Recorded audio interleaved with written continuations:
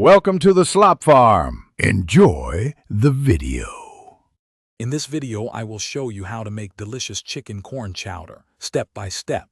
First, let's gather our essential ingredients.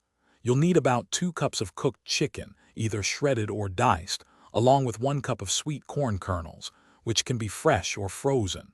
Don't forget 2 medium potatoes, diced, and 1 small onion to build our flavorful base.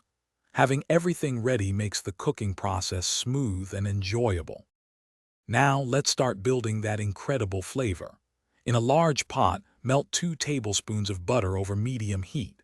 Sauté your diced onion and about 1/2 cup of celery until they are wonderfully softened, which takes around 5 minutes. Next, add 2 cloves of minced garlic, cooking for just 1 minute until fragrant. Stir in 1/4 cup of all-purpose flour to form a roux, then slowly whisk in 4 cups of chicken broth, making sure it's perfectly smooth. With our flavorful base established, it's time to add the heart of our chowder. Carefully add the diced potatoes to the pot and bring the mixture to a gentle simmer. Let it cook for about 10 to 15 minutes, or until the potatoes are perfectly tender. Then, stir in your 1 cup of corn kernels and the 2 cups of cooked chicken.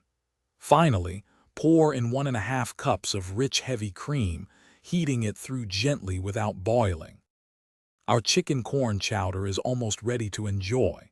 Now, it's time for the finishing touches. Season generously with salt, freshly ground black pepper, and a small pinch of cayenne pepper for a subtle kick. Give it a good stir and taste to adjust seasonings as needed. Garnish each serving with fresh chopped chives or parsley for a burst of color and flavor. Serve this warm, hearty chowder with some crusty bread for a truly comforting meal. Thanks for watching.